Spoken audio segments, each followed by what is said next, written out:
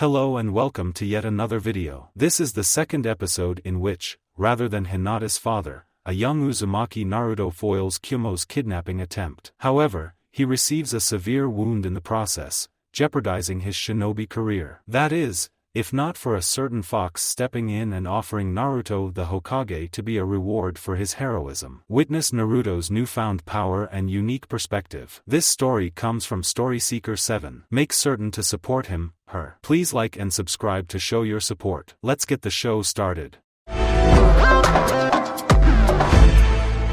Breathe in. Breathe out. He was at the center of the storm. Breathe in. Breathe out. But even here in the calm, he could feel the intensity of the storm outside. He feels the raging winds lashing out at him. He feels the waters raging uncontrollably, sentencing all who dared to cross them to their end. Breathe in. Breathe out. Breathe in. Breathe out.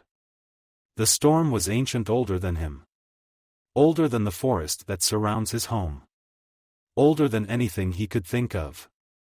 There was another presence within the eye of the storm and at the same time within the storm. It was not as old as the storm but still older than anything the child knew of. Breathe in. Breathe out. Here in the calm, the child could exert his will over the endless storm. But the storm rebelled against him and lashed out against him. Even with the other presence holding it back, the child found it difficult not to be swept up into the storm, never to return. He was within the storm, and at the same time, the storm was within him. To control it was to have power unlike any other, to become a part of the unstoppable force of nature. He would become the storm itself. But first, he needed a will unlike any other, or else he would lose himself within the storm and be lost forever. Breathe in. Breathe out. The other presence was watching him. This presence was the true master of the storm, and even it found it difficult not to be swept up in the chaos. To master the storm, he needed to work with the presence or overpower it. He chooses to work with it, for the child knew that the presence knew more about the storm than any other and greatly aided him. Its ancient knowledge, too, was a great boon for the child, only needing to ask. The presence spoke. That is enough. The child opened his eyes, and the storm disappeared. Naruto looked at the Kyuubi. The most powerful of the Biju was giving the blonde-haired boy a proud smile. You are improving, Kit. Faster than I had thought. He spoke. Naruto stood up, putting his hand on the grassy ground to the left of himself up. Gazing around the place that was his mindscape, it was fully evident of the changes that had occurred in the last 2 years.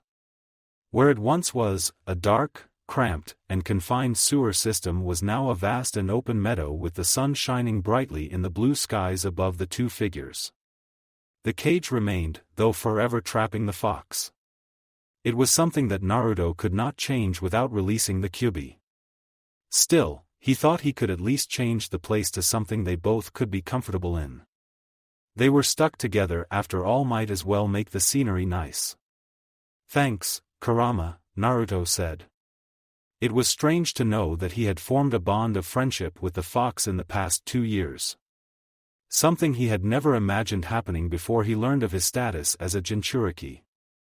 In those 2 years, he had learned more about the fox than he thought possible, or even what most people knew about. Like that he had a name, Kurama. Outside of Naruto, only the Hokage and a select few others knew this fact. Still, I can't help but feel as though I'm not making as much progress as I could. He continued, his mind wandering back to how it felt to be submerged in the power of the Biju. Powerful, wild, and beyond anything he could imagine. The chakra of the Kyuubi was truly like a storm. Always raging, always ready to unleash untold destruction to all in its path. Naruto was expected to control that power one day, something he found to be difficult to comprehend. It was a good thing that Naruto was not the type to give up easily. Do not fret, Kit, Kurama said, placing his hand on his paws. No one expects you to master my power in a day. Even with Shikaku, the weakest of the 9, it takes years for a Jinchuriki to master his power. With me, any normal person, it would likely take decades. The fox's smile widens into a mischievous one. Lucky for you, you are both one stubborn Gaki and an Uzumaki. Though one could fail to see the difference. Naruto rolled his eyes at the slight against him, taking it more as a compliment. I know. He said. It's just that your power feels so vast and uncontrollable. It's honestly difficult to imagine controlling it, let alone mastering it. I wonder how you're able to do it. Another surprise he came to learn more about after his first encounter with Kurama. The power he felt while mediating was much more in line with what he used to imagine the fox was like. Wild, uncontrollable, and without restraint, a being coursing with rage and hatred. Kurama wasn't anything of the like, granted he had a temper befitting his stature. But never anything that bordered on outright anger against Naruto. Believe me, Kit, it's not easy. I have tens of thousands of years of experience to call upon. Even I find it difficult not to be reduced to a mindless animal bent on destroying everything in sight. Kurama was calmer, even introspective at times. When Naruto had asked him why he wasn't angrier about being imprisoned, he said that he was angry. At first, anyways, but his anger had embedded after a short while being several decades, but he came to accept that he would be imprisoned for some time. He once had thought of the possibility of doing everything he could to escape or take the first opportunity he had. He decided against it instead of settling for the fact that all he needed to do was wait. He was an immortal being in the literal, he had all the time in the world. Even if I was to be imprisoned for 10,000 years, it would be but a footnote compared to the endless life I would have. Eventually, something will give, and I will be free. All I need to do is wait. In the meantime, might as well use this time to gain a unique perspective on your short-lived kind. Still, you are doing well to control this power. Better than your mother did when she was your age. The fox said, an almost nostalgic look on his face. Naruto perked up at the mention of his mother, his thoughts on the fox's personality shoved to the side. The fox had been the first to tell him about his mother and how she cared for him deeply. The fox had told him she and his father had been excited beyond words that they were going to be parents. The fox still hadn't told him anything about his father, saying that was the Hokage's job while shooting said old man a pointed look. What was she like? He asked. It wasn't the first time he asked the question. He was always eager to learn more about his mother, and the fox always seemed happy to answer. Kurama remained silent for a moment as he thought. She was a good person, he said. She was one of the few people who treated me like a person and not as the demon that most humans believe me to be. Not to say that Mito did not make an effect to know me in our final years together. Mito? Naruto asked. She was my first Jinchuriki, the one that came before your mother. Your Shodai Hokage sealed me within her during his battle against Madara. The fox explained the last bit, coming out in a venomous tone. Interesting enough, the two were married soon after, and like you and your mother, she was of the Uzumaki. I suppose that makes me something of a family heirloom. Uzumakis, they could never do one thing normally. Naruto cracked a smile. That because we're too awesome to do anything normally. He boasted. The fox gave him a pointed look. I don't think that's something that you should be proud of. He deadpanned. Naruto's smile widens, causing him to roll his eyes. But Naruto knew that the fox was repressing his amusement, at the corners of his lips, they were twitching. Getting back on the topic, your mother was one of the few humans who tried to understand me. She did not think of me as a mindless beast like most of your kind do. Nor did she treat me as a weapon to be used against her enemies. She thought of me as a partner like you do now. Naruto had a serene smile on his face at hearing more about his mother. It made him proud he had such an amazing woman as his mother and at the same time so sad that he would never get to meet her. She sounds like she was an amazing woman," he said. He heard the fox grunt. Indeed, she was. In many ways, she was the textbook definition of an Uzumaki woman. Passionate, bold, and a fiery temper to boot. A great many men were captivated by her, though few were brave enough to court her. "But my dad was," Naruto commented, wondering what kind of man he was to have been able to capture his mother's heart. "Indeed, he was, and the only one to succeed. You are evidence of that," Kurama explained. Naruto gazed up at the fox. "I don't suppose you're willing to tell me who my father is?" he asked, hoping to get something out of the fox. The fox, in return, gave him a sympathetic look.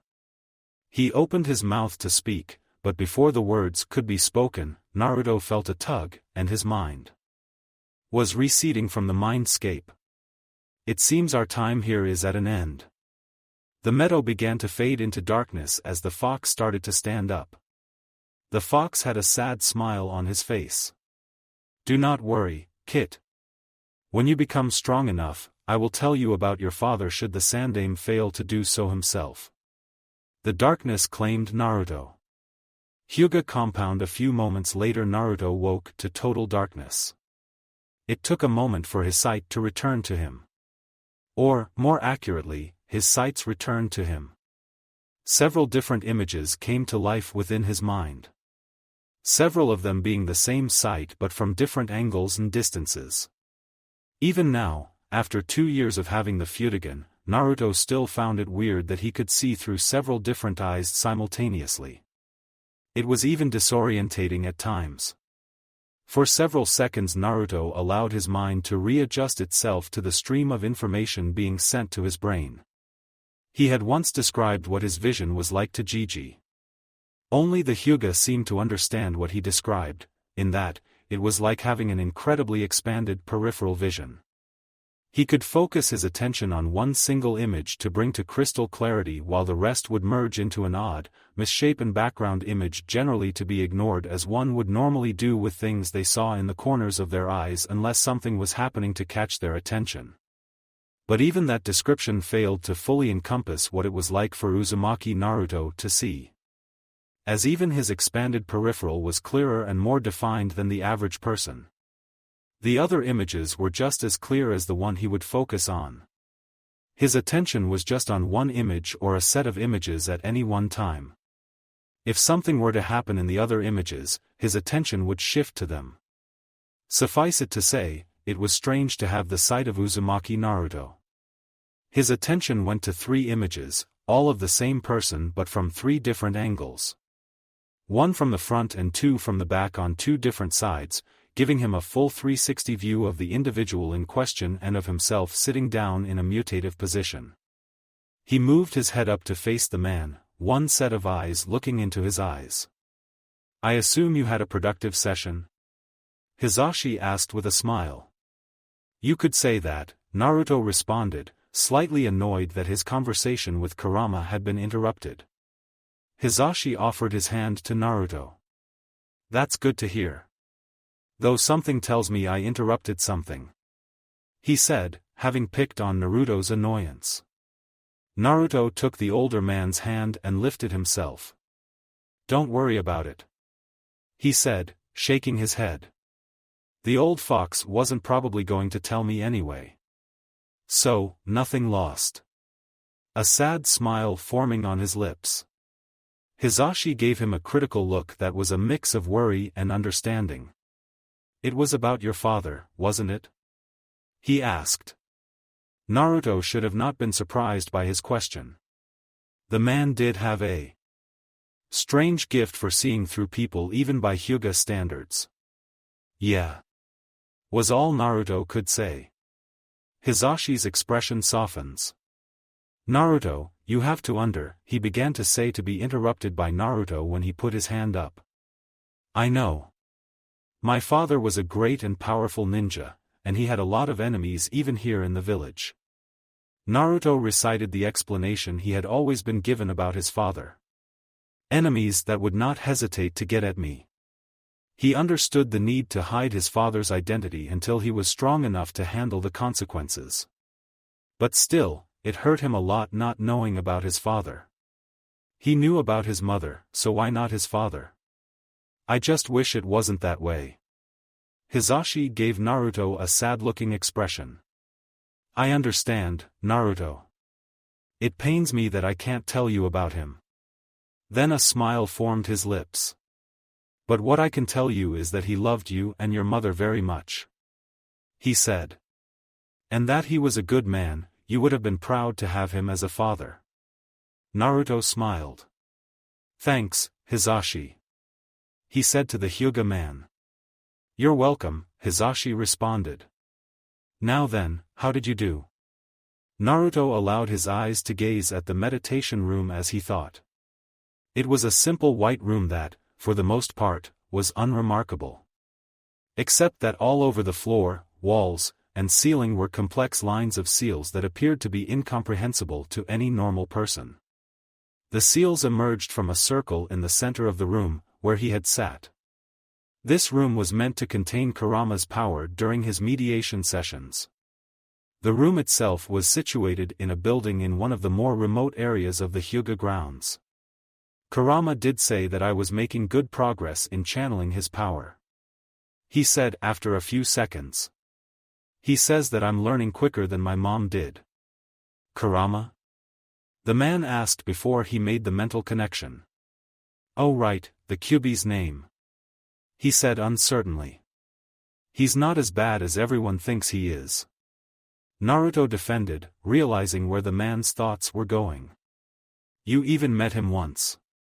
He pointed out. I know that, Naruto-kun. It's still hard to believe. Hisashi said, rubbing his chin. You have to understand that before that, my only real face-to-face encounter with the Kai Kurama had been on the field of battle. At that time, he devastated a large portion of Konoha, and thousands were killed. He explained. That much Naruto could understand. Kurama had even admitted he felt guilty about the whole thing and had apologized to the Hokage, Hayashi, and Hisashi when they visited him in Naruto's mindscape. They had one Inoichi Yamanaka to thank for that. I know that, but you do remember that it wasn't his fault exactly. Naruto was quick to point out. Keeping his hand to his chain, Hisashi nodded.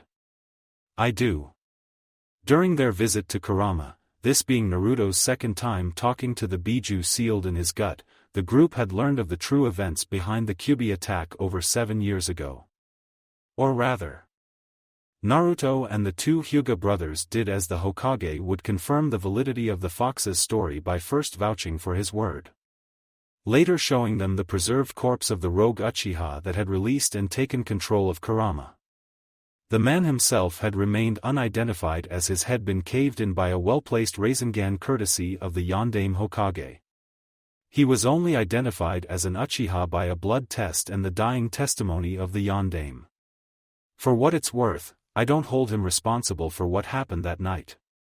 That dubious honor belongs to the man that controlled him, and I hope he suffers in hell for all eternity for his crimes.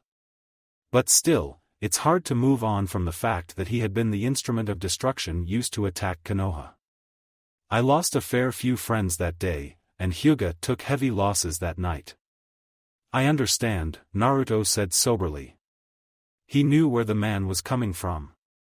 Even he found it difficult to forgive Kurama for all the lives lost during the attack. He knew that the fox wasn't in control of himself during that night, and it was another who had used him to attack his home. But it was hard to separate him from the fact that he had been the one to kill all those people. It was the swipe from one of his 9 tails that reduced so much of Konoha to rubble. But he was trying. But still at least try to. He said, hoping to drop the subject quickly. That is all we can sometimes, Hisashi said. Now then, he said that you were making good progress. Did he make any indication on how far along you are? I'm not sure. Let me ask him. Naruto replied. Hey, Kurama. I heard what the Hyuga said. The voice of the fox rang in Naruto's head. If I had to guess, you might be able to control one tail's worth of power but wouldn't hold my breath. I'm not even at one tail yet? Naruto exclaimed. Aw man, I've been at this for 2 years now. Shouldn't I at least be doing one tail? He mentally pouted. In the back of his mind, he heard the fox chuckle. Remember, Kit, I am the strongest of the 9 Biju. It should be no surprise that it would take the longest to master my power, which we are aiming for mastery. Sure, you may be able to control 1, maybe 2 tails, but you would not have mastery over it. And if I don't have total control over it, I risk losing myself, Naruto said, mentally gritted teeth. That's right, Kit, and I won't let you use any of my power until I say you're ready, Kurama said, emphasizing his point. So how long until I can defiantly do one tail? Naruto asked. If you keep this progress up, then very likely by the time you graduate from the academy. You may even be on your way to doing 2 tails. The good news is once you're past the first tail or 2, progress will be comparatively faster with the other tails. By my estimation, and don't quote me on this, by the time your body has reached full maturity, you may be close to fully mastering my power.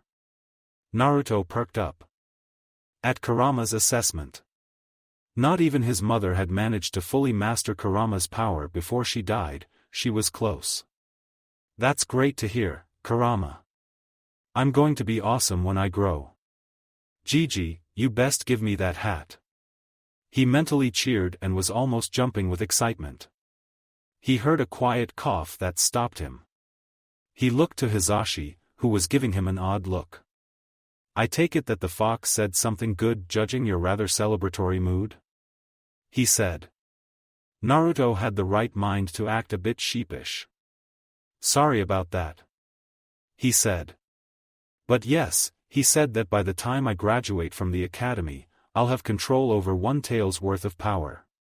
He even thinks I'll be close to having full control over his power by the time I grow up. Isn't great, awesome even? I'm going to be a kick-ass ninja in the future. He declared, raising his fist into the air. Now then Kit. Kurama chided. Don't go and get ahead of yourself. You still have a long way to go, and even if you do gain full control, you won't be invincible. A more experienced and skilled opponent will find a way to beat you. Power alone will not win a battle. You need the knowledge, experience, and creativity to fully use your powers to their fullest potential. And right now, you only one of those 3. Naruto visibly deflated at Kurama's explanation.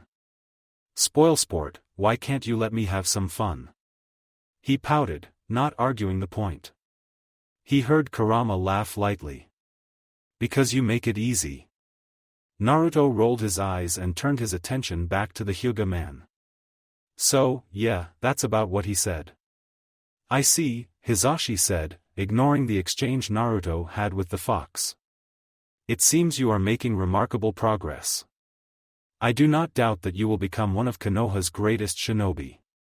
Naruto smiled and was about to reply when he suddenly frowned, causing a worried expression to form on Hisashi's lips.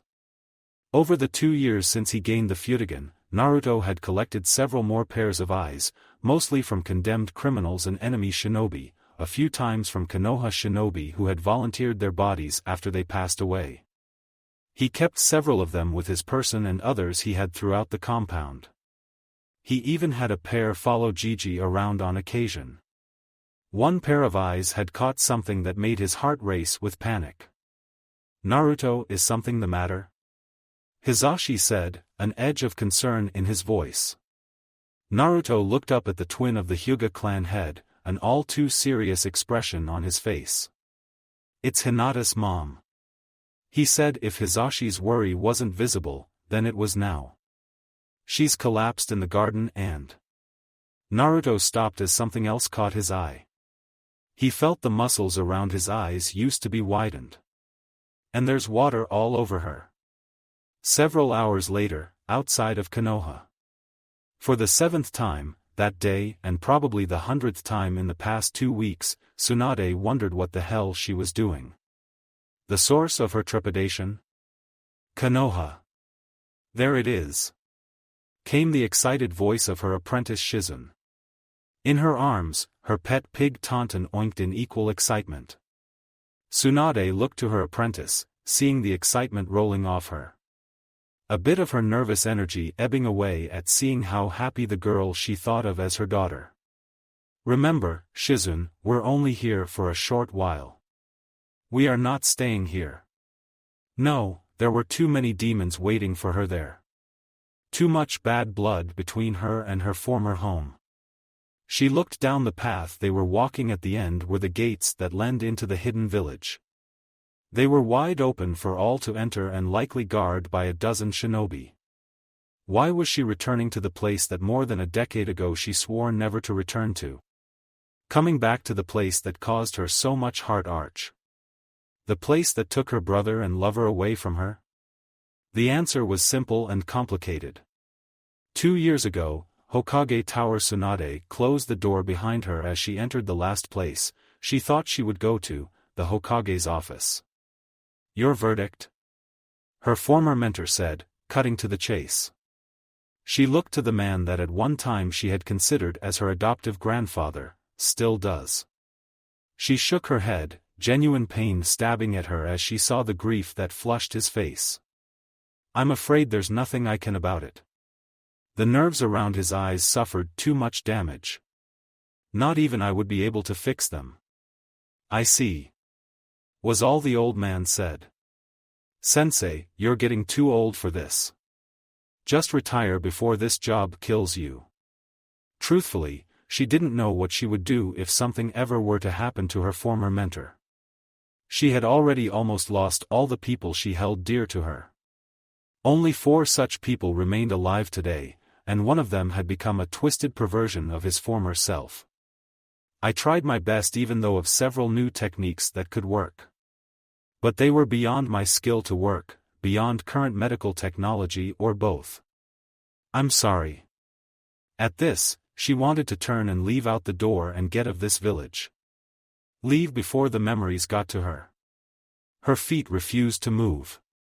She saw the man give her a critical eye as though he had expected her to leave and was now trying to determine as to why she hadn't walked out. I understand, Tsunade. He said after a moment. How long will you be staying here? He asked. Not a moment longer than I need to be. She thought. I don't know. She said uncertainly.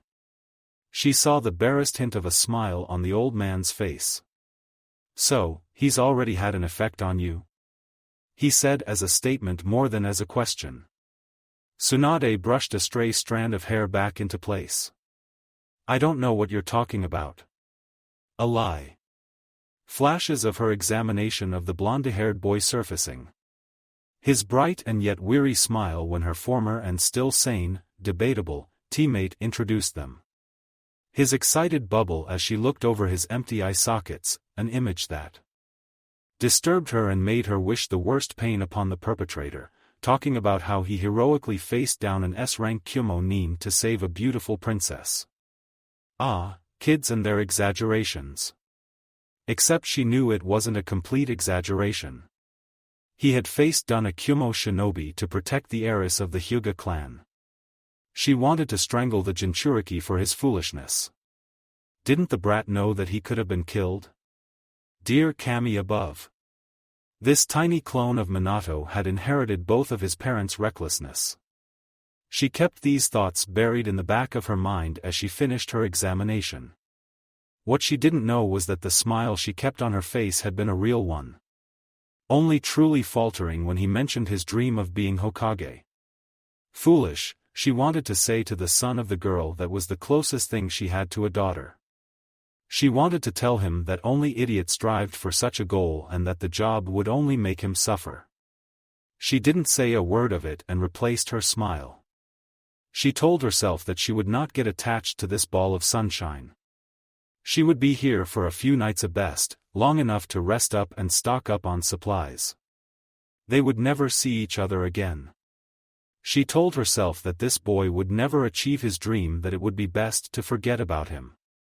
At the same time, a small treacherous voice spoke in the back of her mind. You will get attached. You already are.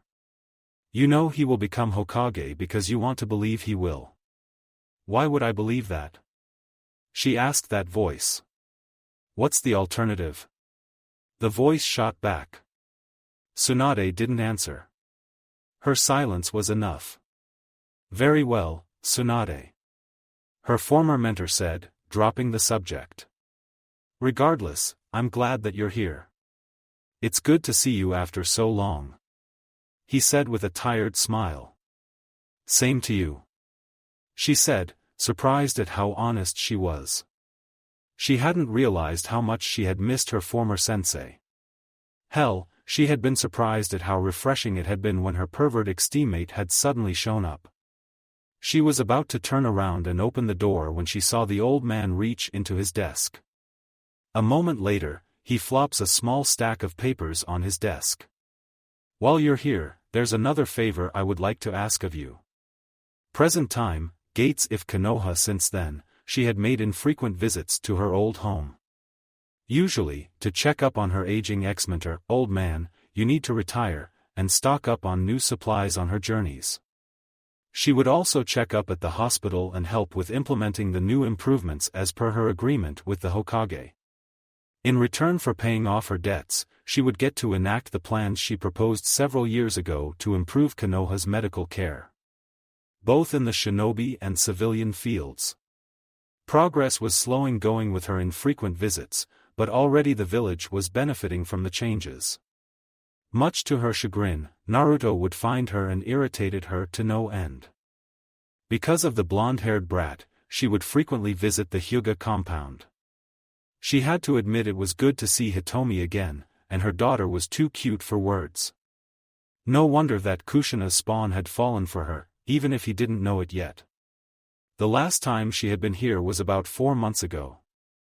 They stopped at the gates and were greeted by the two Chunin manning customs. Tsunade-sama. One of them greeted the pair, triad if you counted the pig. It's good to see you. He continued pulling out a sheet of paper and began to write on it. I assume you're here to visit Hokage-sama and check the progress at the hospital? Tsunade simply nodded, not bothered with having small talk. She signed the paper for her and her apprentice, plus Taunton, allowing them entry into the village. Once done, they entered the village. Finally, a place where we can sleep in real beds, and not dirt. Her apprentice said with a serene smile. Tsunade rolled her eyes at the young woman's antics. Honestly, Shizunyo. Her comment was cut off when an ANBU with spiky gray hair and a dog mask appeared right in front of them. The man kneeled in front of them. Tsunade-sama, I apologize for this intrusion. I know you only just got here. He said there was an urgency in his voice that caught the full attention of the two women. What is it? Tsunade asked, already getting a bad feeling in the pit of her stomach. Taking a quick side glance at her apprentice, she saw that the young woman had a similarly worried expression.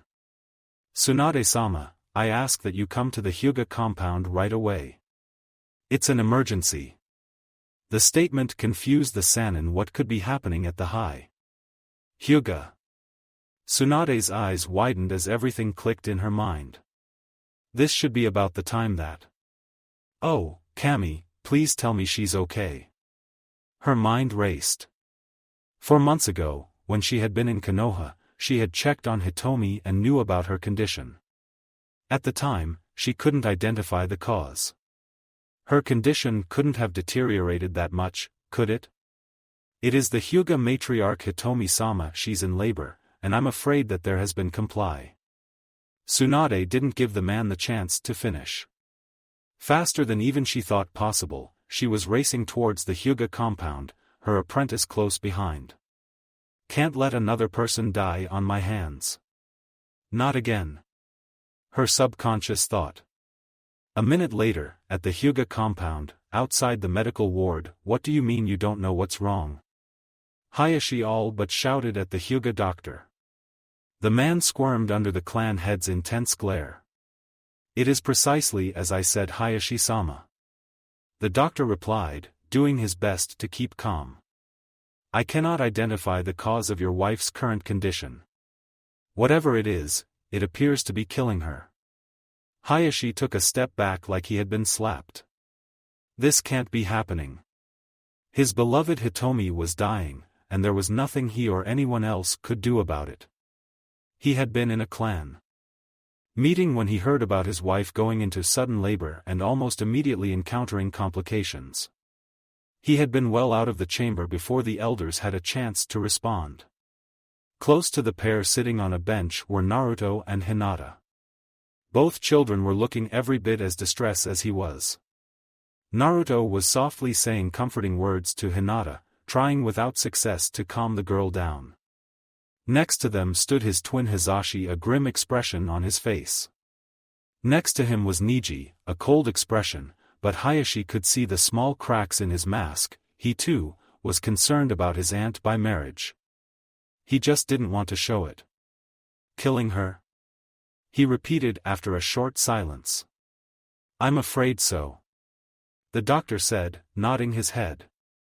Hayashi-sama, if we don't do something soon, I fear we may lose both the mother and child. Again, Hayashi was stunned to silence. Not only could he lose his wife, but there was a chance that he could lose his second child. That was a loss he didn't know if he could bear and didn't even want to think about how it would affect Hinata. Is there anything you can do to save her? He asked, clinging to any hope he could. The doctor gave an expression that told him everything he needed to know. I'm afraid not, Hayashi-sama. At this point, Lady Hitomi is a lost cause. Hayashi almost choked. Our only recourse at this point is to do what we can to save the baby. Never in his life did Hayashi thought he would be faced with such a difficult decision. Save his second child and lose his wife, or try to save them both and lose them both. His eyes turned to the children, seeing that Hinata had buried her face in Naruto's shoulder, who had a blank expression on his face. Even the eyes that floated around him seemed to show no emotion. The grim expression of Hisashi's face had grown deeper. Finally, his eyes settled back on the doctor. Are you certain that there's nothing you can do? He asked for clarification. The Hyuga doctor shook his head. Without a doubt. We either save the baby or lose them both. I beseech you, Hayashi-sama, make your decision now. The more time we waste, the harder it will be to save the child. Hayashi remained silent for what seemed like hours, even days. In reality, it had been less than 3 seconds. In that brief window that had stretched out into eternity, he thought of all the consequences that come from his decision at this moment. His wife, his daughter's mother, would die no matter what choice he made. Would Hinata be able to handle the loss of her mother? Would she become like Niji, cold, resentful, and a deep hatred buried deep in her? Would she regress into her shell? How would it affect Naruto? Hitomi had become a mother figure to the orphaned boy, something he dearly needed and craved. Finally, how would it affect him? Aside from Hinata and his brother, he loved Hitomi more than anything in the world. Then there was the possibility that he could lose his second child alongside his wife. That was a far more deadly blow. He opened his mouth. Save. Then fate took pity on him at this moment. Hold on. Came a frantic and familiar voice. But to him, it might as well as be the voice of Kami. Tsunade, the so-called slug Sannin and world-renowned medic, stopped in front of him. Her apprentice close behind. I'm not too late, am I? An irritated expression appeared on the Hyuga doctor's face. Now, hold on. He said, turning to face the Sannin. You can't just barge in here and... Then promptly shut his mouth and paled once he recognized the former student of the Sandame. Tsunade-sama. Please forgive me, I meant no disrespect. The doctor began to apologize. The Sannin held her hand up to stop the man. Can it? She said sharply, silencing the man. How is the patient? The man hesitated and looked to Hayashi, sending a silent question to the clan head.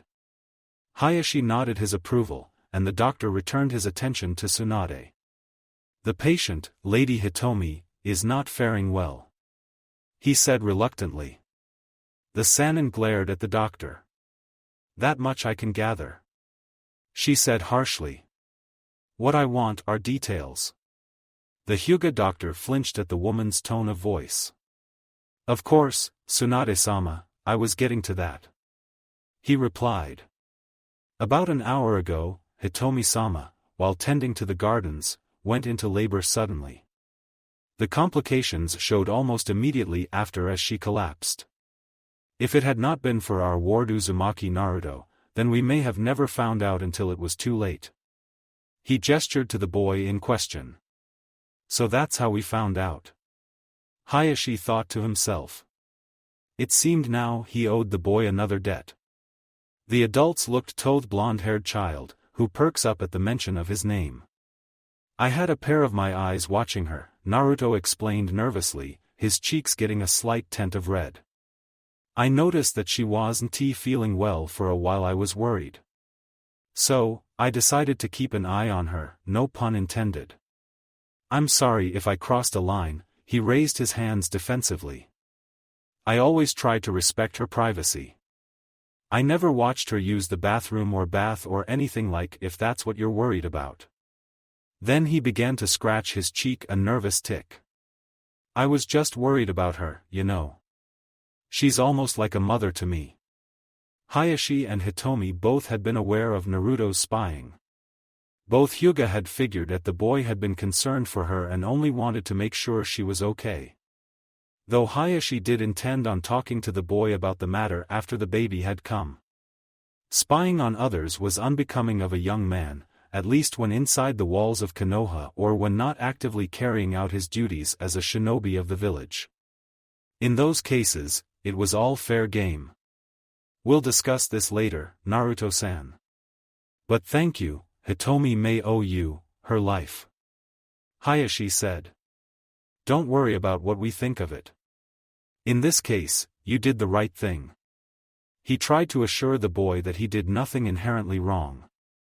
Naruto brightens up. Thanks, he said. And you're welcome. Seeing this as a good time to cut in, Tsunade took a step towards the boy.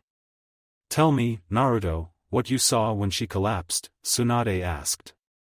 They saw the boy think over the question before he responded. When she collapsed, I got concerned, so my full attention went to where she was. I noticed that her dress was soaked, and there was water all around her. He explained. I think that might have been some blood mixed in. It was a very subtle gesture, almost unnoticeable even for the eyes of a shinobi, but Hayashi caught it. Tsunade flinched. You're still afraid, aren't you, Tsunade-sama? Hayashi thought, remembering the Sannin's fear of the red substance. The moment hardly lasted a moment before Tsunade got a hold of herself. Was there anything else? Signs of fatigue? Shaking? Any kind of change in behavior? She pressed the boy. Fatigued? Did she seem tired? Tsunade explained. Naruto nodded. Yeah, she did, she was kind of moving slowly, and right before she collapsed, it looked like she got really dizzy, Naruto said. It's what got my attention in the first place. The Sannin placed her hand on her chin. I see, she said in a tone that indicated she was thinking. That was very helpful, Naruto, thank you. She turned back to the doctor. Hayashi gave the blonde a thankful inclination of his head. Thank you, Naruto. You have been more than a help in this situation, he said. Please continue to look after Hinata while I discuss things with Tsunade-sama. Naruto nodded at him.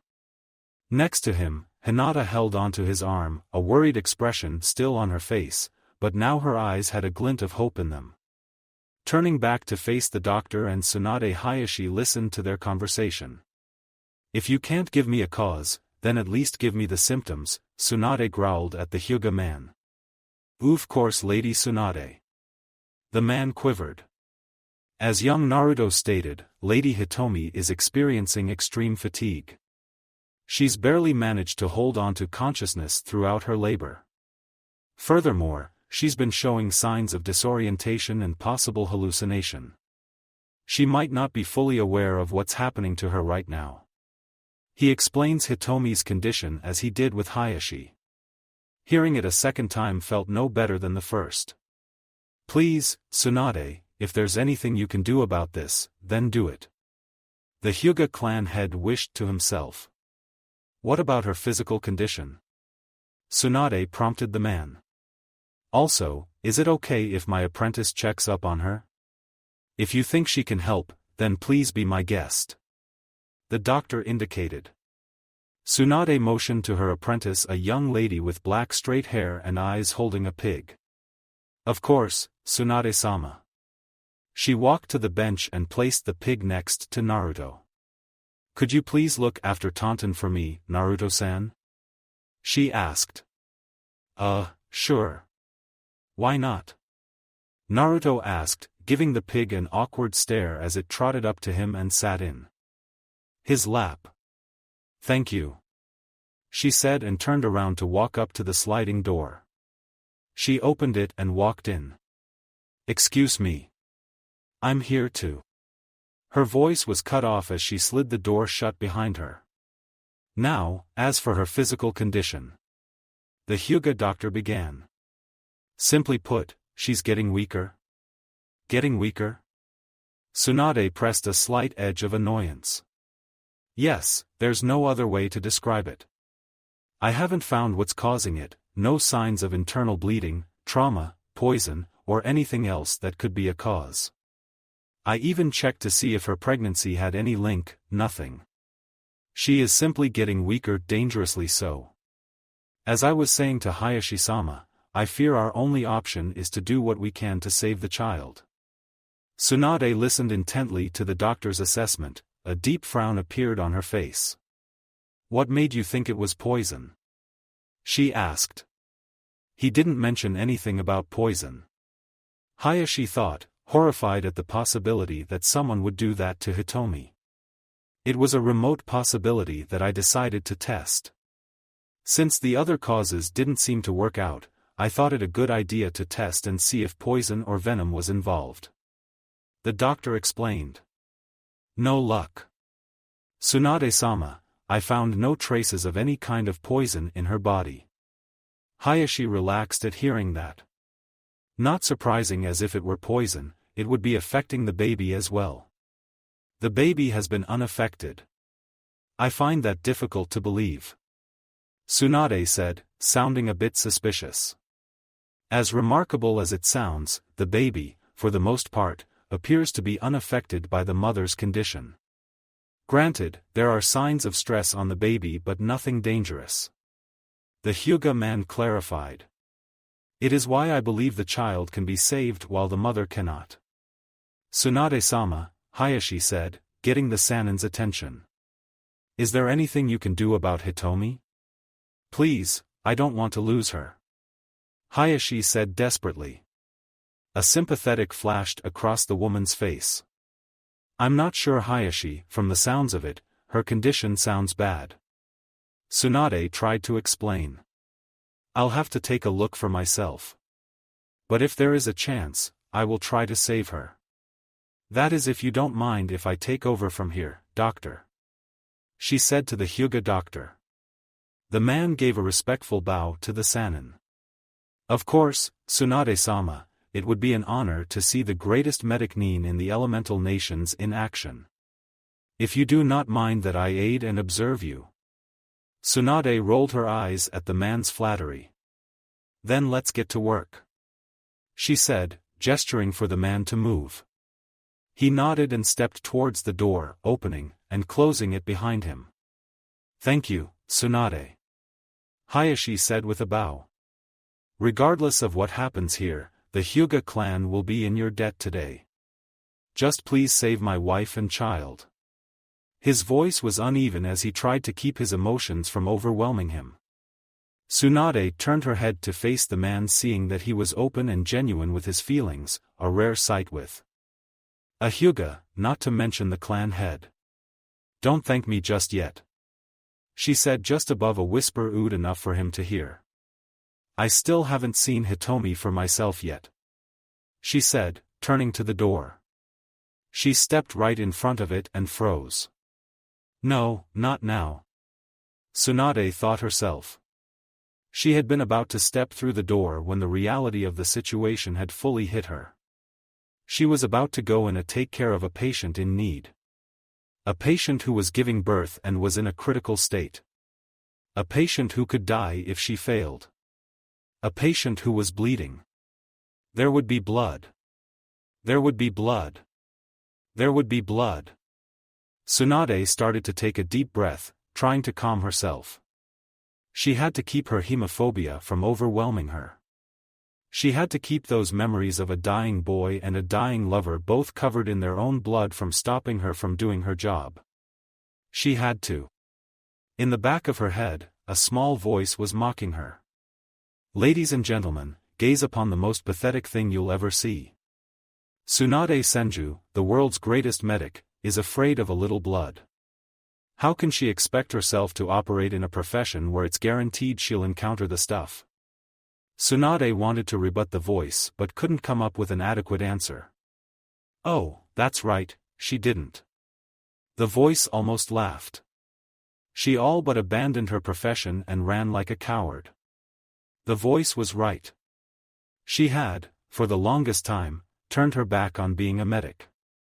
Her training of Shizun notwithstanding, she had not done much as a healer in the past decade.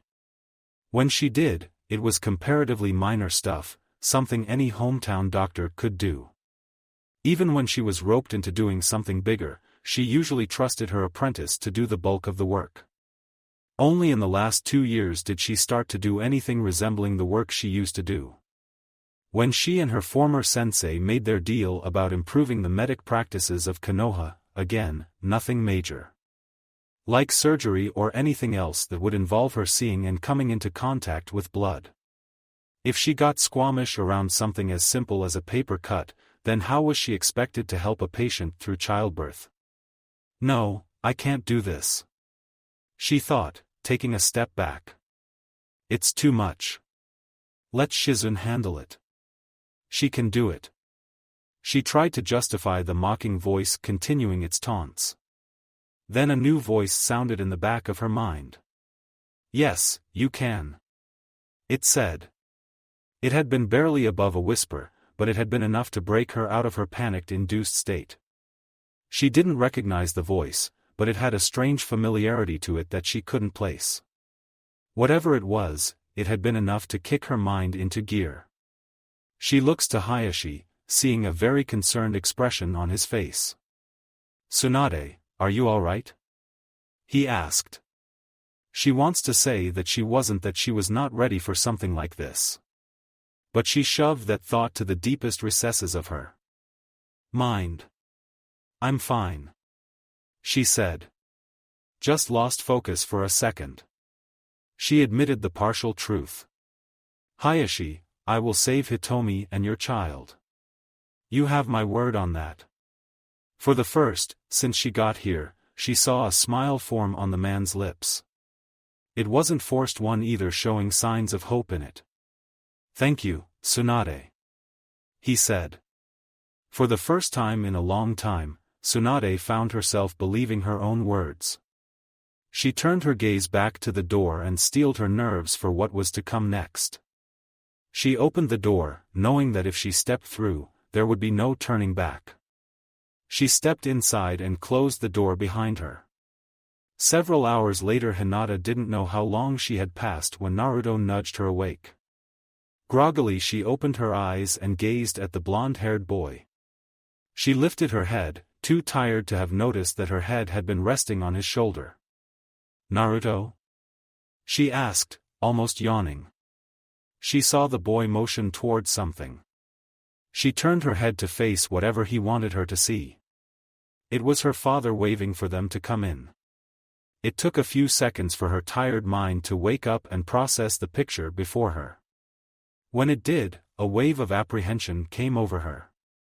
Her mother had gone into labor, and as Hinata understood it, something had gone wrong. Something that could cause her mother to die.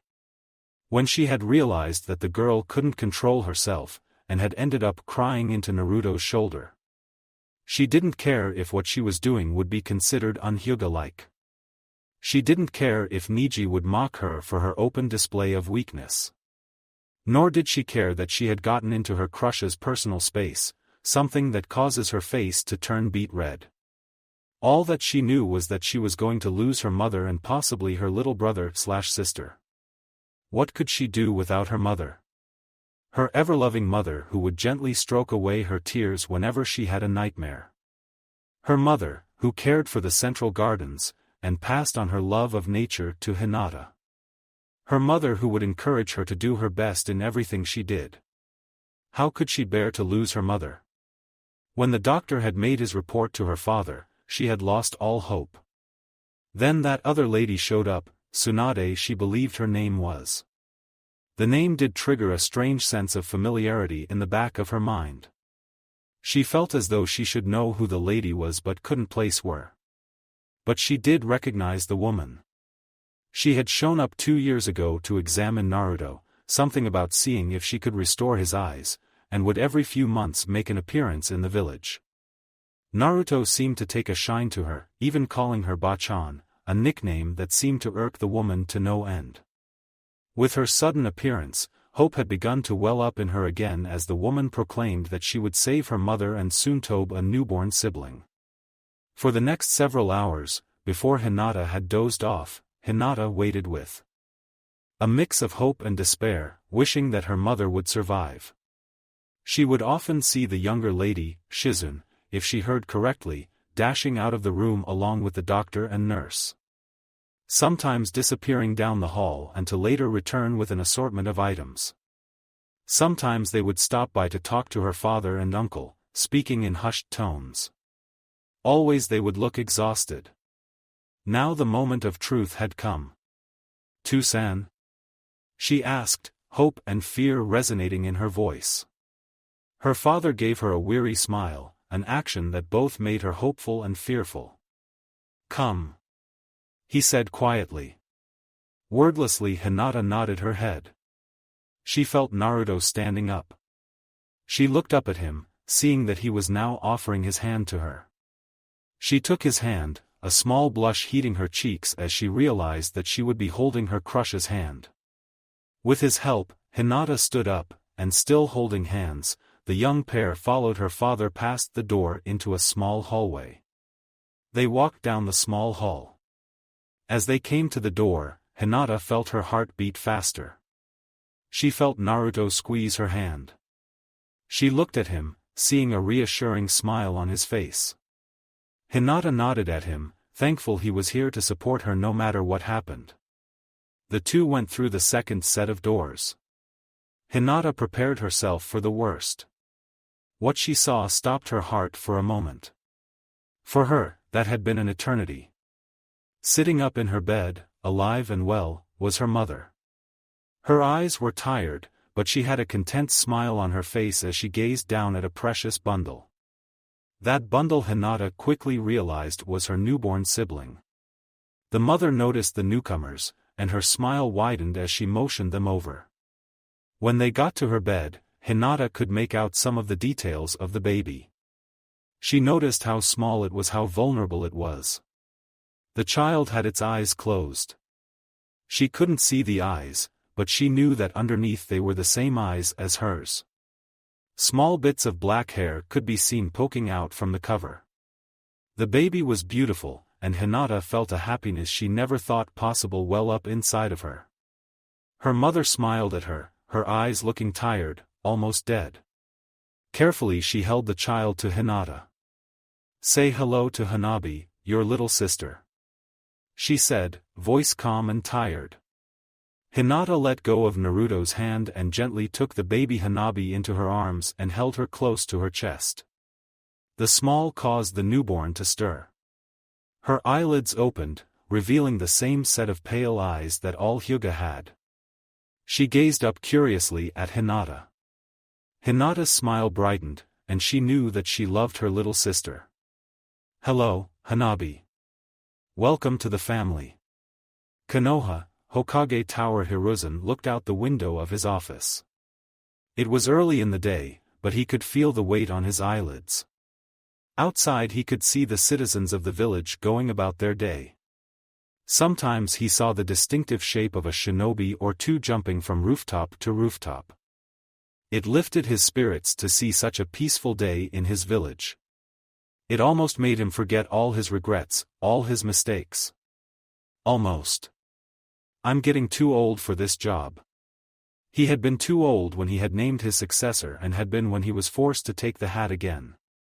That night had been hard on him for more reasons than one: the loss of his successor Minato and his wife Kushina, leaving their newborn child Naruto alone in a cruel world. The death of his beloved Biwako and the deaths of so many others all weighed down on him. Perhaps what was the worst part of it all was the cause of it.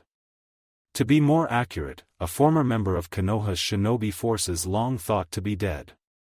In the aftermath of the Kyuubi attack, the body of the true culprit had been found where Minato had said he killed him.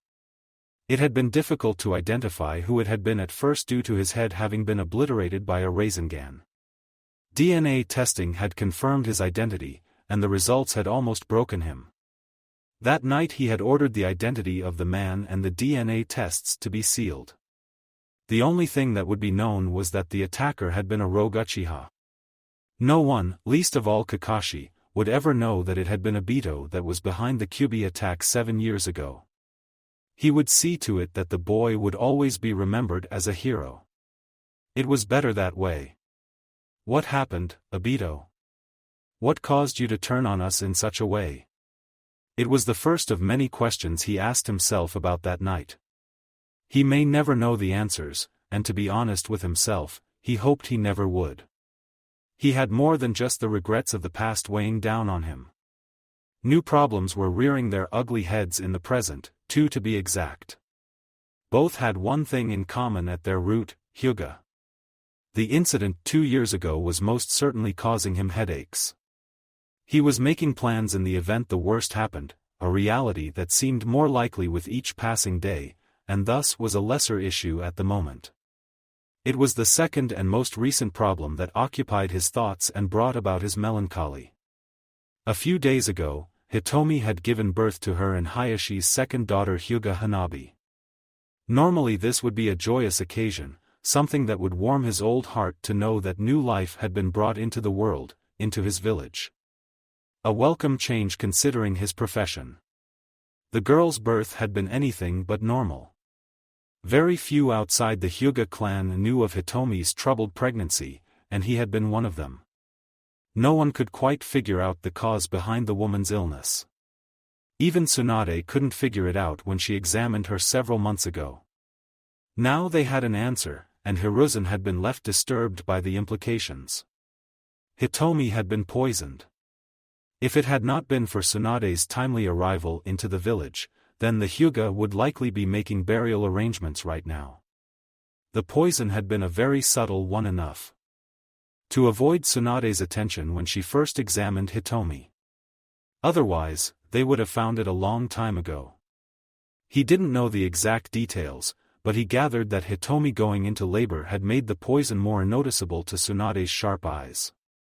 Once she knew that poison had been involved, she had set about treating Hitomi while helping her through the birthing process. Hitomi wasn't in the clear yet, she was still weak from the poison in childbirth, but Tsunade said she was optimistic. The worrisome part was if his former student was correct, then Hitomi had been poisoned over the course of months. Which meant the culprit was someone in Konoha and likely a Hyuga. Doubly so since the poison was one that had been used by Suna on Konoha shinobi when the relations between the two had been less than amicable. A poison that Tsunade had treated and was stored in a secured site to be studied. Only high-ranking officials in the Shinobi Corps and authorized medical personnel were allowed in there. The implication of that worried the old Hokage to no end. He looked up to the sky hanging overhead, gazing at the 4 faces carved into the mountainside. His eyes settled on the second of the 4. Sensei, the village you and your brother helped to create it is in dark times now. If you were to see it now, how would you react? Would you be as worried about its future now as I am? It was a thought that haunted him at night more times than he cared to count. He looked to the fourth and newest of the faces. Minato, if only you had survived that night, then perhaps we would not be facing the problems we are now. Perhaps we would not be readying ourselves for another war, nor would we have traitors amidst our ranks.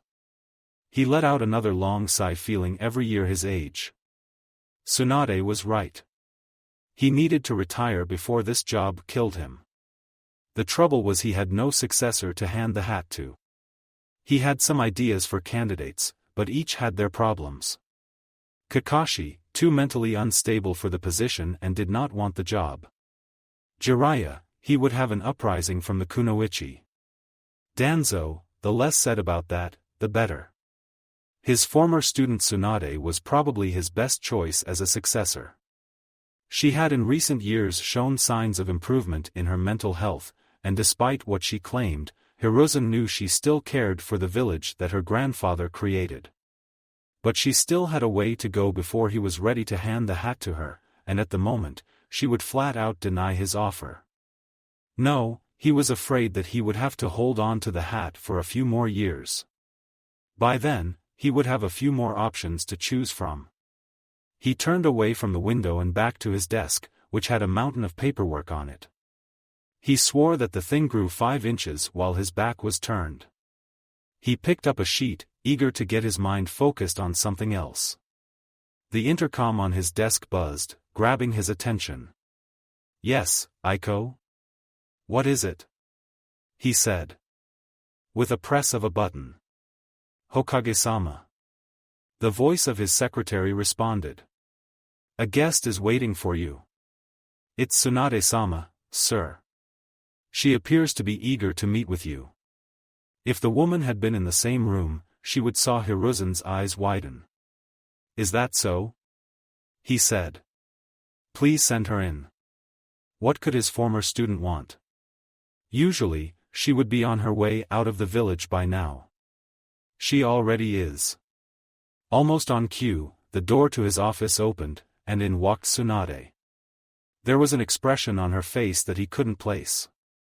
"Tsunade, it's good to see you." Hiruzen greeted his student while trying to gauge her. "To what pleasure do I owe this unexpected visit?" He pulled out his pipe and lit it. "Old man, there's something I want to talk to you about." Hyuga compound, Naruto, quit squirming and hold still. "She'll be out in a moment," Sarah said, chastising her ward. Naruto glanced up at her, giving her an exasperated look. Impressive considering, he had no eyes, at least not where they should be. "But Sarah-chan, we've been waiting for like 100 hours. The Hyuga woman had to stop herself from rolling her eyes at the boy's exaggeration. Honestly, the boy was more trouble than he was worth sometimes. She supposes that was a part of his charm. The boy did have a strange talent for worming his way into people's hearts if they gave him a chance. She had been no exception 2 years ago. It has not been that long," she said sternly, with a bit of amusement slipping in. She had to admit that she had been less than enthusiastic when she learned that she would be the Jinchuriki's caretaker when he had been taken in as a ward of the clan. At the time, she had been Chunin that was starting to make a name for herself and had been well on her way to being a Jonin in a few years.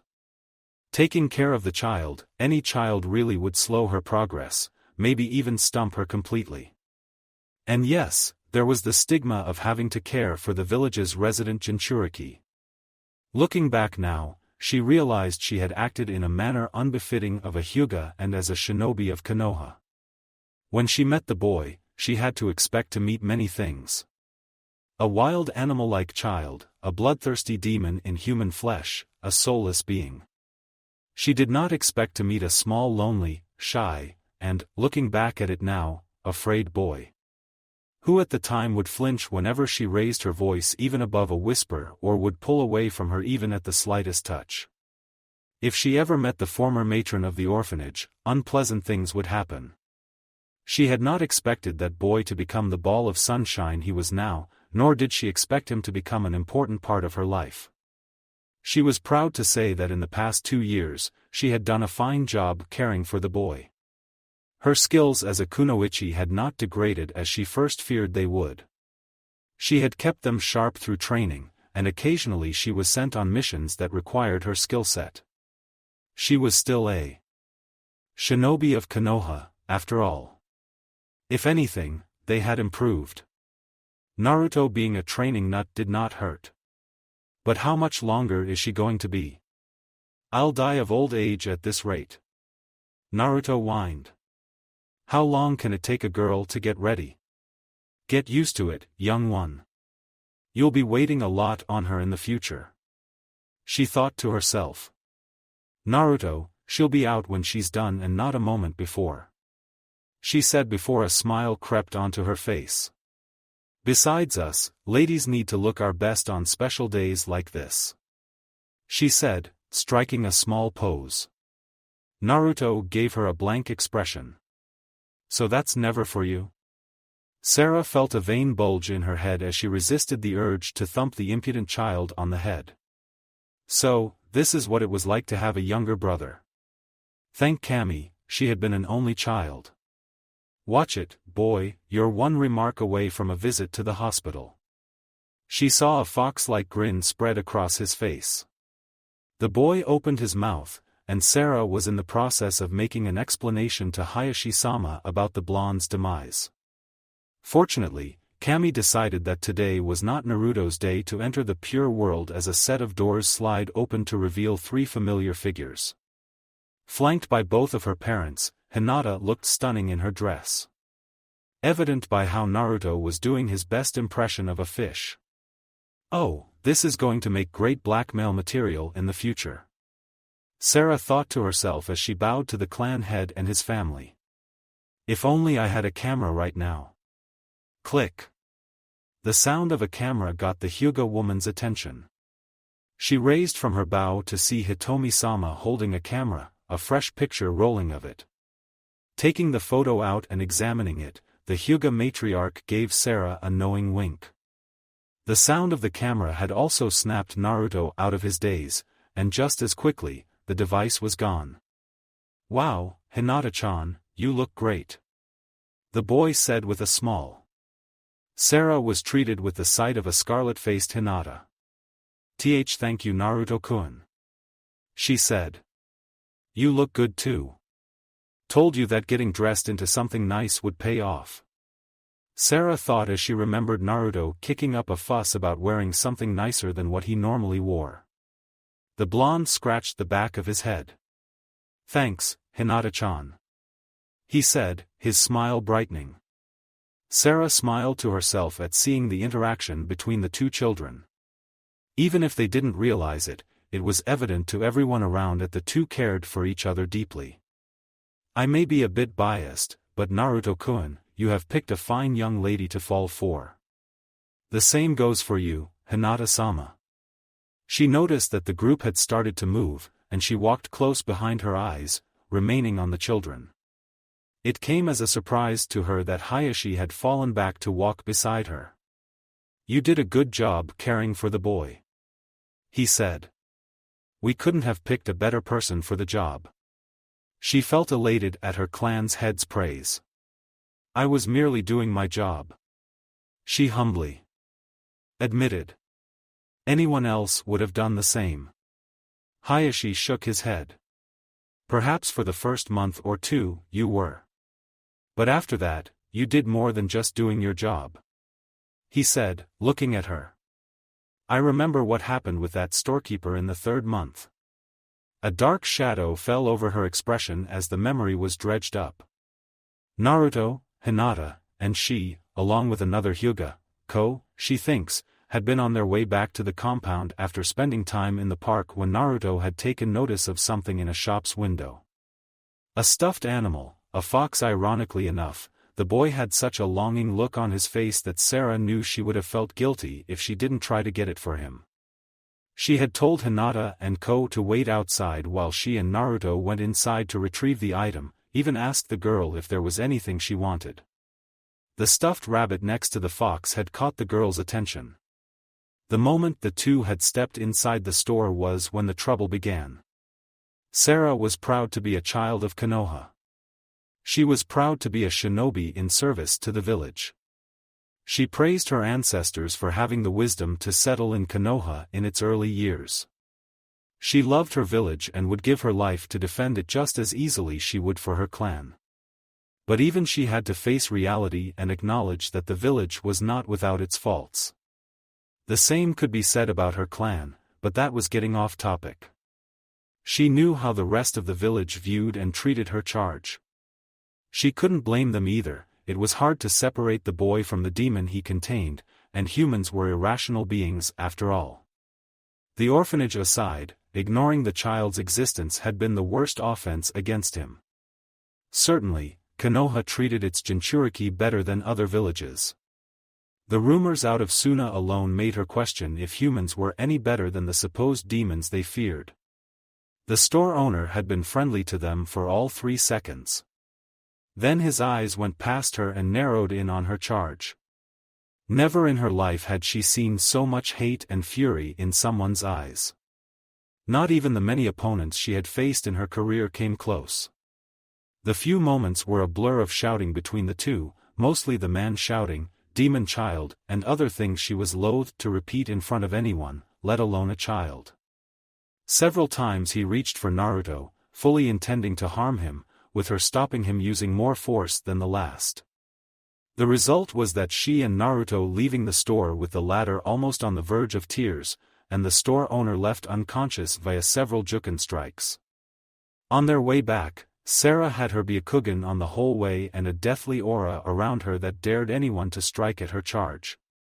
A few hours later, Anbu arrived at the Hyuga compound. The man had pressed charges against her and Naruto for assaulting him in unprovoked manure. "Yes, I remember that too," she said after a moment. "I never thought someone could be so cruel to a child. Nor did I think they would be so devoid of intelligence to attack a Hyuga." She got a simple nod in response to her statement. Fortunately for all involved, that matter was resolved. Sarah smiled to herself at the bright side of the memory. The testimonies of Hinata and Ko had cleared them of any wrongdoing, especially when they had been back by the support of Hayashi. The charges had been dropped, and the store owner was forced to leave, otherwise, he would be charged with falsely accusing a shinobi of Konoha, attempted assault of a shinobi of Konoha, and attempted assault of a Konoha citizen, hefty charges that all would have seen the man pay heavy fines and had him locked up for years. That had been the beginning of his bad luck, as the elders, feeling like the clan had been slighted, had blacklisted the store. Within a week, the man had been forced to shut down his business and left the village by the end of the month. She had never returned to that street, making a point to avoid it. "I don't think I can ever thank you enough, Hayashi-sama, for backing Naruto and me," she said. "Hinata-sama's and Kozan's testimony alone would have cleared us. You didn't have to involve yourself." She named the clan head small. "But I did, and as clan head, I had to," he replied. The man was challenging the Hyuga clan whether he realized it or not. "Plus, my daughter was involved as well." Sarah nodded her understanding. "Still, I thank you." The group rounded a corner. "Now that young Naruto will be attending the academy, you will find yourself with more time." Hayashi began. "What will you be doing now that your schedule has opened?" he asked. That was something she had been asking herself when she realized what it meant for her that Naruto would be at the academy. As her clan head pointed out, she would have a lot more time to herself, as Naruto would be at the academy training to be shinobi. Sure, she still would be expected to carry out her duties as his caretaker, and she was more than happy to do so. But with each passing day, month, and year getting closer to the day he graduated and became a full shinobi of Konoha, Naruto would be expected to become more independent. Start to care for himself. In time, Sarah would be expected to move out and return to her former residence, occasionally checking in on the boy as her role would never come to an end, just lessened. She felt conflicted. On one hand, she was overjoyed to have more time to herself. She had learned that caring for a child was a time-consuming and tiring affair. It didn't help that Naruto was more troublesome than most children. Shit, she was starting to sound like a Nara. On the other end, she found her role to be strangely fulfilling.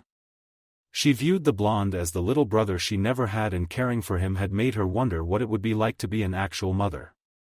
She never really put much thought into it before, and on the rare occasion she did, it always seemed unappealing to her. Now though, she was uncertain. She had much to think about and soon would have the time to think about it. I am not certain, Hayashi-sama. She spoke the truth. There's much to consider for my future. She saw the clan head give her a critical look that made her shift nervously. That I can understand, he said after a moment. Though I assume that you will be resuming your duties as a full-time kunoichi? Now that much she was certain of. Of course, Hayashi-sama, while I am happy to be Naruto-kun's caretaker, I am eager to resume my responsibilities as a kunoichi of the village. She said with honesty, while the possibility of her wanting to be a mother was uncertain, and far she knew clearly that she wanted to continue her career as a kunoichi and take as far as her ability allowed her to. For obvious reasons, I can't do that this year or even the next, but maybe in 6 months, depending on how well Naruto-kun is doing in the academy, I may start doing some missions to ease myself back in. Most likely, they will be simple cranks that won't take me out of the village for more than a few days, a week at most. She explained. She would be training harder now to sharpen her skills. That's good to hear, Hayashi responded, bring his hand to his chin. I do feel a bit guilty that we had to assign you to Naruto-san at a time when your career was just starting to take off. I imagine that did not sit well with you at the time. At the time, yes. She admitted. But I have long since gotten over it. Reflecting on it now, it may have been a good thing for me in the long run. Remaining here in the village for the past 2 years has allowed me to hone my skills and developed my technique. Sometimes it is best to slow down rather than rush ahead. That is one of the lessons of the Sandaime, is it not? Hayashi nodded, seemingly pleased. That is good to hear. You are becoming one of Konoha's best, and I am glad your drive has not diminished. He said. Though it's not like you have allowed yourself to grow lax in your as others would. I have seen you training hard, and there is no shortage of sparing partners in the village. It doesn't hurt that my charge is a training nut. She said with a smile. That boy can give our resident, Green Beast, a run for his money in the enthusiasm department. She shudders to think what would happen if the two ever met. Still, I look forward to seeing your progress as a kunoichi. The group came to a stop in front of a double set of sliding doors, the entrance to the Elder Council's chamber. Hayashi turned to face her. Once the children are done meeting with the elders, you will escort them to the academy. Unfortunately, my responsibilities as clan head will keep me from taking Hinata to the academy on her first day. Kurenai will be arriving shortly to take Hinata. Nodding her understanding, Sarah saw a flash of disappointment on Hinata's face. Understandable, a child should be with their parent on a special day like this, but he was a clan head. More times than he liked, he couldn't be there for his daughter. Her mother was still recovering with expressed orders that she not leave the compound for at least a month. It was a wonder that she was even walking with them now. At least they got someone close to Hinata to fulfill that role. Yes, Hayashi-sama. She said with a bow before turning her attention to her charge. Now, Naruto, do please try to behave in there. The elders are not accustomed to your unique brand of respect. She said sternly. If he had been able to, Sarah was certain that he would be rolling his eyes. Instead, he settles for the ones that float around him. Yes, Sarah-chan, I'll behave. He said, sounding like a child whose fun had just been ruined. She turned to look at Hinata. Hinata-sama, please make sure he behaves himself," she said with a small smile. Hinata returned the smile. "I'll try," she giggled out. Naruto looked between the two females, an incredulous look on his face. "Does no one have faith in me?" he said. "Not much." Hitomi, Hinata, and Sarah deadpanned, causing the boy to slump. "What is this pic on Naruto Day?" he said, exasperated. "I believe that's next week." Hayashi commented with a straight face, getting a chuckle from the three females. Naruto just glared at the man. "Now, I do believe we made the elders wait long enough," he said, opening the doors and ushering the others in. "Sarasen, have a good day," he said before closing the day. Sarah silently bowed in front of the door before moving away from it and stood at the wall opposite of it. He would wait for her charge and Hinata to come out and take them to the academy. In the meantime, perhaps she could use this small amount of time to think about her future. Uchiha compound. Remember, Sasuke, you must show the strength of the Uchiha clan while you attend the academy. "Yes, father," Sasuke said to his father. He saw his father give a grim nod. "Then you are dismissed. Your brother will be taking you to the academy," he said, raising his mother close behind him, a look of disappointment on her face. Sasuke felt a small jolt of surprise. He had hoped that his father would be the one taking him to the academy. "Father, why aren't you taking me?" he said before he could stop himself. His father looked at him, seemingly annoyed at his youngest son's outburst. "As the clan head, I am far too busy to take you myself. You should understand by now I cannot indulge in every childish whim you come up with." His voice coming out harshly in Sasuke's ears. "Now go, it would not look well upon the clan for one of my sons to be late on his first day." He left, leaving a disappointed Sasuke. His mother stood in front of him. "Don't worry about him, Sasuke-kun," she soothingly said. "Your father is a busy man. I'm sure if he could, he would take all the time in the world to be with you." Sasuke didn't say anything as he stood up and began to walk into the room his mother closed behind. His brother was waiting for him outside. "I assume that father did not wish to take you to the academy," he said. "No, he doesn't," Sasuke said, feeling hurt at saying the words. He had hoped to spend some time with his father, however small it was. It wasn't fair his father paid more attention to Itachi than him. Unlike him, his brother was a prodigy without equal. He had graduated from the academy at the age of 7 and made Chunin 3 years later, and a year late made ANBU. If rumors were to be believed, he would be ANU captain soon. Sasuke loved his older brother, he truly did. Itachi was more like a father to him than his own, but he felt jealous of him. For once, he would like to be the center of attention, to have everyone's eyes on him. Deep down, he knew he would never shape up, and his train of thought came to a crashing stop when he felt his brother poke him in the forehead. Covering his head with hands, he shot a glare that would melt the Hokage moment at Itachi. "What was that for?" he questioned, his voice sounding whinier than he intended. He saw his brother give him a small smile. "You were getting angst, dear little brother," he said calmly. "No, I wasn't," Sasuke retorted, feeling his cheeks heat up. "Oh yes, you were," came a familiar voice. The group turned to face the newcomer. Shisui stopped in front of them. You could feel that angst from halfway across the compound, he said with a laugh. Sasuke puffed out his chest, feeling more than a bit annoyed. "I'm not angst," he said, fighting back a smile. "Come, little guy, cheer up, it's your first day at the academy," Shisui said, patting Sasuke on the head. "You even get to have your awesome brother to take you there." "He's right, Sasuke-kun. This is your special day," his mother interjected. "You'll find that your days at the academy will be some of the best in your life." Oh, I remember my days in the academy there. I met some of the best people that would become my friends and comrades in arms. Your friends? Sasuke asked, wanting to learn more about his mother. Itachi and Shisui were listening closely as well.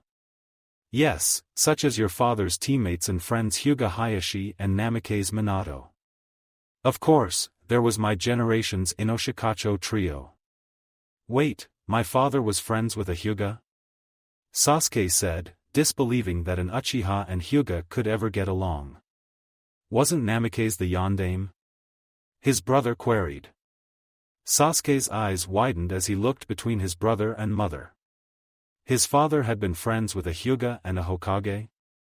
Yes, indeed he was. The Uchiha matriarch confirmed. They were some of the closest friends you ever met and were a formidable force together under their sensei Jiraiya. They heard Shisui whistle. That's impressive. The current clan heads of the Uchiha and Hyuga clans, and the yondaime together under one of the Sannin? That's a wicked combination. I ever heard one. Again, Sasuke felt his head spin. His father had trained under one of the Sannin. He had been teammates and friends with the current Hyuga clan head and with the deceased yondaime. He was learning more about his father than he ever had in his life, and it was all hard to keep up with. Indeed. At the time, they were and still are considered to be one of Konoha's deadliest teams. Some even liken it to a second coming of the Sannin. His mother explained with a nostalgic smile. My team was also considered to be a close contender. Funny enough, my teammates were Hayashi's wife Hitomi and Kushina, a close friend of the yondaime. Our sensei was Tsunade. Funny how fate works out sometimes. You mentioned someone named Kushina, Itachi said. I'm afraid I have not heard of her. If she was your teammate, why have you not mentioned her until now? He asked with an analytical eye. All three Uchiha males saw the woman's happy smile morph into a sad and somber one. Really, I haven't? A small chuckle escaped her lips. Funny, if she were here now, she would get onto me about not talking about her. She would probably punish me by telling you an embarrassing story. My guess would be that one time in Suna. If she was still here? Shisui asked, though it sounded like he already knew the answer. She died defending the village during the Kyuubi attack 7 years ago. Her body was found lying beside the yondaime's. I lost 2 good friends that day. Tears started to stream down her reddening cheeks. She brought her sleeve up to wipe her eyes. I'm sorry if I'm getting emotional here. I'm bringing the mood down. It's just thinking about that night is hard. I guess maybe that's why I haven't talked about her. I apologize if I made you uncomfortable, Mother, Itachi said, sounding guilty. I was merely curious about why you had not talked about your friend before. It's all right, Itachi-kun, I know you didn't mean to. She said. Funny enough, though, it feels good to be talking about her. Maybe once Sasuke returns to the compound, I'll tell you 3 more about her. That would be interesting to hear more about it, Itachi said. I wouldn't mind learning more about my father and his team. The man has always been withdrawn about details about himself. Sasuke nodded his head. Me too. He was eager to learn more about his father and his teammates. I'll think about it. Their mother responded. But I've gotten off topic. The point is, your time in the academy will be something you always remember. The people you will meet there will become your friends, comrades in arms, and 2 lucky ones will become your teammates. Those 2 you will feel the closest to, sometimes feeling like they are family and sometimes even closer than that. Sasuke didn't know how to respond to that. He learned a lot about his parents in his mother's brief explanation. More than he ever thought he would learn, and once he got back from the academy, he would learn more. Then there was what his mother said about his time in the academy. He wondered if what his mother said was true, that he would find people that he would come to trust more than his own family. Would that really happen with him? Was his mother exaggerating and that her experience was out of the norm? Well, only one way to find out. And on that note, I believe it's time that Itachi got you to the academy. His mother said, clapping her hands together. Your father wouldn't like to hear about how his son was late on his first day. Nor would I, Sasuke. Promise me you'll be a good boy. I will, mother. Sasuke said. I promise. Come, little brother, it's time we left. Itachi said, beckoning Sasuke to follow as he walked down the hall. Shisui walked up beside Itachi. Mind if I tag along? I finished training a while ago and got some down before I head for the mission boards. I don't mind if Sasuke doesn't. Itachi responded. Shisui looked to the younger Uchiha for his answer. Sasuke shrugged his shoulders. I don't mind. Shisui was a nice guy to be around and was Itachi's closest friend. It would be nice to spend some time around the both of them. Then let's get going. Shisui said as they left the compound. Konoha streets. In Shisui's opinion, it was always nice to walk down the streets of Konoha instead of jumping from rooftop to rooftop. Granted, as a shinobi, he did it frequently during missions, and there was a certain thrill in seeing each street. Its inhabitants rapidly disappear in single bounds. But doing that never gave one the impression of how lively the village was if they had walked instead. Whenever he wasn't on a mission or had a mission that wasn't constrained by time, he would stroll down the streets taking his time to admire the hassle and bustle of life that was life in Konoha. There always seemed to be something happening. People walked up and down the street, children weaved through the crowds playing and laughing, and he would pass by dozens of shops offering a wide range of wares. Most were normal ordinary things that one would expect to find at a shop. Some offered rarer or exotic items if you knew where to look and were willing to pay a hefty price. Others, though, had strange things. One time, he bought a supposedly haunted mask. It was a creepy little thing, so he could sort of see why some would think that. He bought it so he could try giving Itachi a good scare. That didn't pan out as he thought it. Nothing could get past that guy. Funny enough, soon after he discovered the mask had a seal etched into that when it was worn, it induced a slight genjutsu that heightened the wearer's paranoia. That would explain its haunted origins. Getting back on track, walking down the streets on Konoha was always an interesting affair. Today wasn't any different, considering that 3 Uchihas were walking down the street.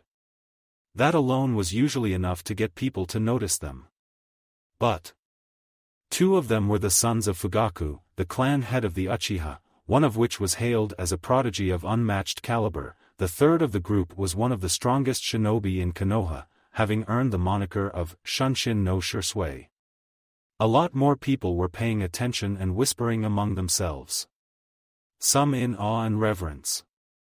Isn't that Itachi? Yeah, it is. He's a genius, and he's with Shunshin no Shisui. Who's the kid with them? Wait, could he be Itachi's little brother? I think you're right. I bet he's every bit the prodigy his brother is. Fugaku-sama must be so proud. Shisui rolled his eyes at the civilians' idle praise of them. They didn't see them as individuals, only their last names and who they were related to. Others, though, were concerning. What are Uchiha doing out here? What wrong with that? Haven't you heard the rumors? Shisui hid his discomfort as he noticed not everyone was looking at them favorably. It was a recent trend in the last few years, one that had almost gone unnoticed, but tensions were rising between the Uchiha clan and the village. No one quite knew where or when it started, but the result was that the clan was slowly being isolated from the village. The Uchiha, as some would correctly guess, were not taking this well. Most disturbing were the rumors that his clan was somehow responsible for the Kyubi attack 7 years ago, which had cropped up recently. Every day more and more people were viewing him and his clan with suspicion. If this kept up, he feared for the future relations between the clan and the village. All this had gone unnoticed by Sasuke as he was escorted to the academy. Coming to the academy building, they noticed a booth had been set up at the front entrance.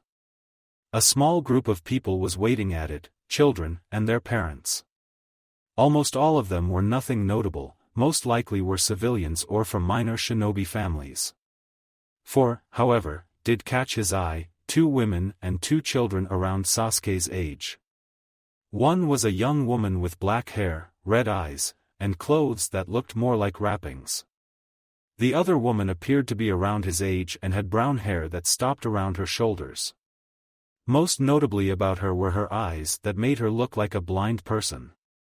Based on her rather stern and cold exterior, Shursui surmised that she was a Hyuga and one of the main house, judging by the lack of a certain seal.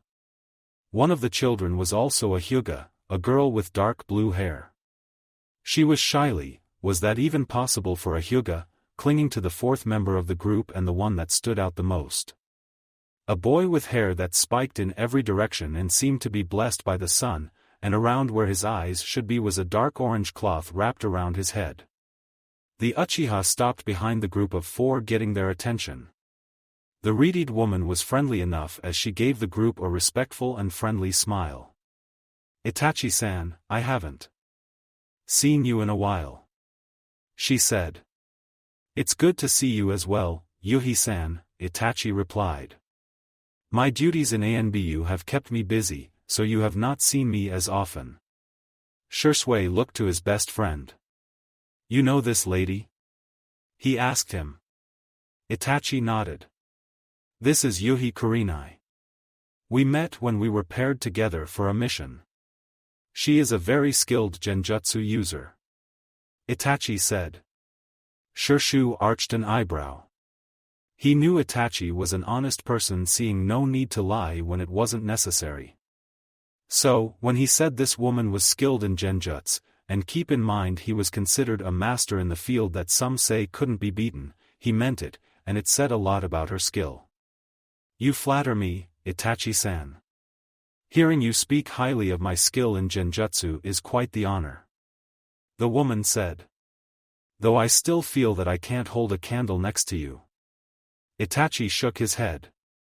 "I only speak the truth, Kurinai-san. I respect your skill as the genjutsu mistress of Konoha. You should not compare yourself to me," he said, getting a grateful nod from the woman. "Perhaps we can have a spare some time? A battle of genjutsus to see how much I've improved since I last saw you," Kurinai suggested. "I will think about it," Itachi replied. "At the moment, I have to take my brother," he gestured to Sasuke, "to the academy, and you have yet to introduce me to the rest of your friends." Shursui saw the Kurinai shift in embarrassment. "Oh, where are my manners?" Shursui waved her off. "It's all right, Yuhi-san. He hasn't introduced me and his brother either. So that makes you 2 even," he said to her, calming her. "I'm Uchiha Shursui, and as Itachi-san said a second ago, this is Itachi's little brother Sasuke," he said, gesturing to the boy in their group who stood at attention. "Hi," he said. "Uchiha Shursui?" the Hyuga woman queried. "As in Shunshin no Shursui?" She continued, a bit of awe in her voice, and was that a hint of blush he saw? "Why yes, I am." "And you are?" he said, noting her reaction. "Ah, of course, how rude of me. I am Hyuga Sarah," she said with a respectful bow. "I apologize for any offense. I was just surprised to meet 2 of the village's most notable shinobi. You and Itachi-san have made names for yourselves more so than most Uchiha." Shursui waved her off. "I'm not offended. You said your name was Sarah? Correct?" He got a nod. "I'm sorry to say I haven't heard of you. You a shinobi?" "Chunin," Sarah replied. "Could have been a jonin by now, if it were not for my current assignment." "Current assignment?" Shursui inquired with a raised eyebrow. "An assignment from Hayashi-sama and the Hyuga Elder Council that has taken me off of active duty," Sarah began.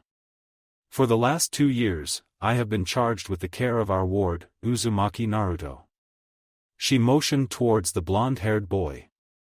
The now named Naruto gave the Uchihas an energetic bow. Hi. I'm Uzumaki Naruto, soon to be the greatest shinobi in the world and future Hokage of the Leaf. It's nice to meet you. He introduced himself loudly. So, this is our resident Jinchuriki. As a member of ANBU, he was entrusted with certain secrets. He noted the small eye roll Sarah gave the boy.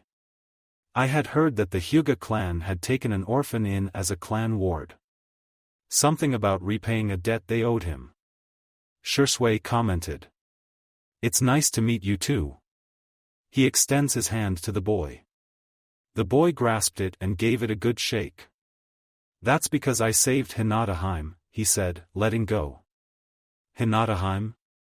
Shursui said, masking a smirking seeing the Hyuga girl next to him turn a bright shade of red. Hayashi's daughter and current heir to the Hyuga clan. The boy opened his mouth to explain. Yeah, Hinata. He grabbed the aforementioned girl and pulled her in close, getting an ep from her and causing her to turn several shades redder. She's awesome and the nicest person I know. Introduce yourself, Hinata. Shursui saw the girl fidget in the boy's grasp. Hi. It's nice to meet you. I'm Hyuga Hinata. She stuttered out, doing her best to maintain eye contact. Wow, Shursui was seeing all sorts of new things today. Are these two always like this? Itachi asked the question that was on Shursui's mind. He had a small, amused smile on his face. Sarah brought a hand to her exasperated head shake. Though by the smile on her lips, she found the exchange to be entertaining. I'm afraid so. She said. Though Hinata is usually well-behaved and has a talent for keeping this one in check. She pointed her thumb at the boy who just waved. Though you can imagine he's hand-full at the best of times and a downright nuisance at worst, and I have to deal with him every night. Hey. I'm not that bad. The blindfolded boy said incredulously. Oh, yes you are. I swear every night, I find more gray hairs than I started with. That's because you're getting old. The Uchihas felt a spike of killing intent. Thump. Naruto was left nursing a bump on his head. Did you have to hit that hard? He complained. You know I didn't mean it. Hinata was giving the boy a worried look while trying to suppress a giggle. Humph, Sarah huffed out. Of course, I did. You should never call a lady old at rude. Plus, you have a thick skull. It is about the only way for things to get through to you. She said, examining her nails. Shursui felt a bit of sweat rolling down his head. These two act like their brother and sister. He thought to himself. I can see that you have your hands full. He said, making mental noted to never get on the woman's bad side, a general rule of thumb regarding women, especially if they were kunoichi. I get by. She stated with a blank face. But a caring smile crept in. Despite his shortcomings, he is a good kid with a good heart. Otherwise, he would have not put himself in danger to save Hinata-sama. So, I suppose that looking after him isn't entirely a bad thing. Admit it, you like me. Naruto said, getting an eye roll. I only spoke the truth. My feelings have no bearing on the matter. Sarah said. You didn't deny it. Shursui turned to Kurenai. The woman had an amused smirk. Tell me, are these two always like this? He asked her. Like you wouldn't believe it. She said in mock exasperation. If I didn't know better, you'd think they were brother and sister. I can see that. Shursui commented, keeping an eye on the two as they continued their banter. Shursui was about to interrupt them when another voice joined in. What's with the blindfold? Sasuke asked. Are you blind or something? The banter between Sarah and Naruto came to an end as they stared at the youngest Uchiha. Sasuke, Itachi warned. I believe that's not something you should be asking. Why? Sasuke asked, looking at his brother. I'm sure you and Shisui are wondering too. So why not ask? Shisui was not curious about the boy's blindfold.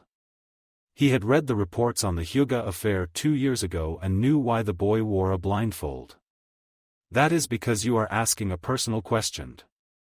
Itachi tried to explain. How would you like it if he asked you a question like that?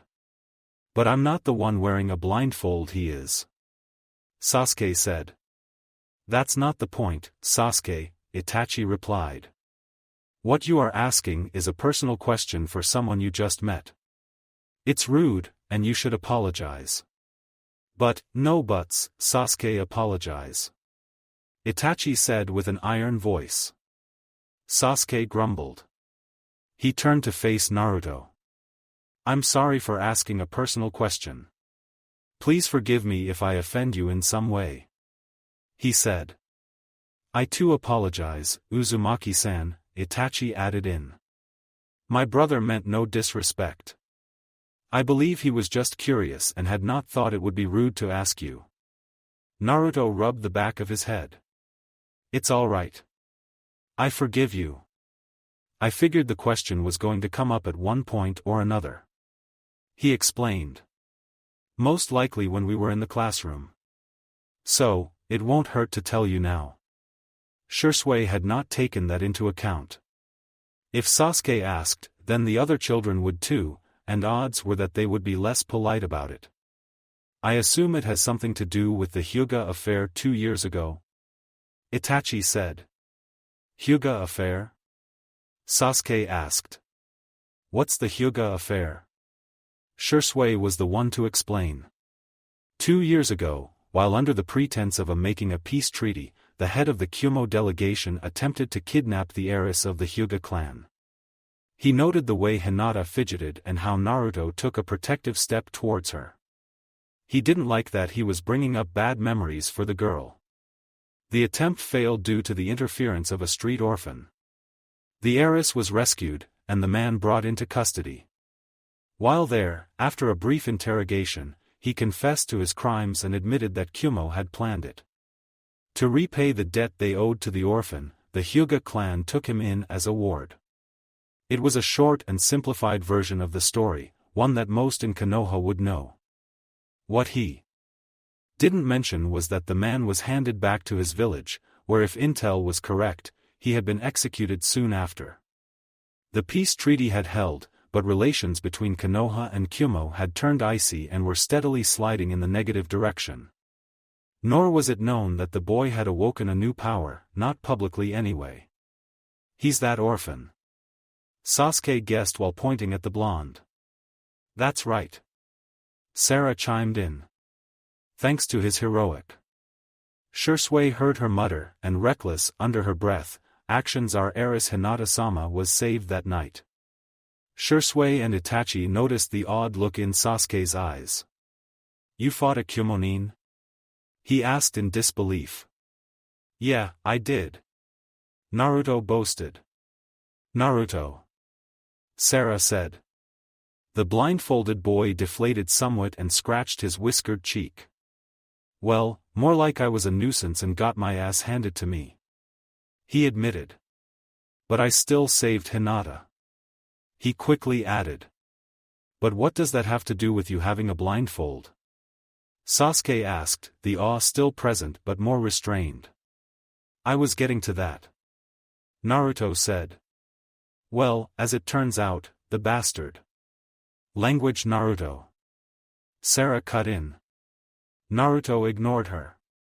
Was a sick and vindictive type. He cut my eyes out. Shisui knew this from the reports of that night. It still left his stomach twisting. He glanced at Itachi in time to see a rare and terrifying sight, an angry Itachi. Shisui could count on one hand the number of times he had seen Itachi angry, and the perpetrators didn't get to tell the story. Just as quickly it was there, it was gone. He cut your eyes out? Sasuke said, looking a little green in the face. He did, Naruto said, untying the blindfold and taking it off. Shursui had seen some messed up stuff in his life, things that would haunt his dreams on bad nights.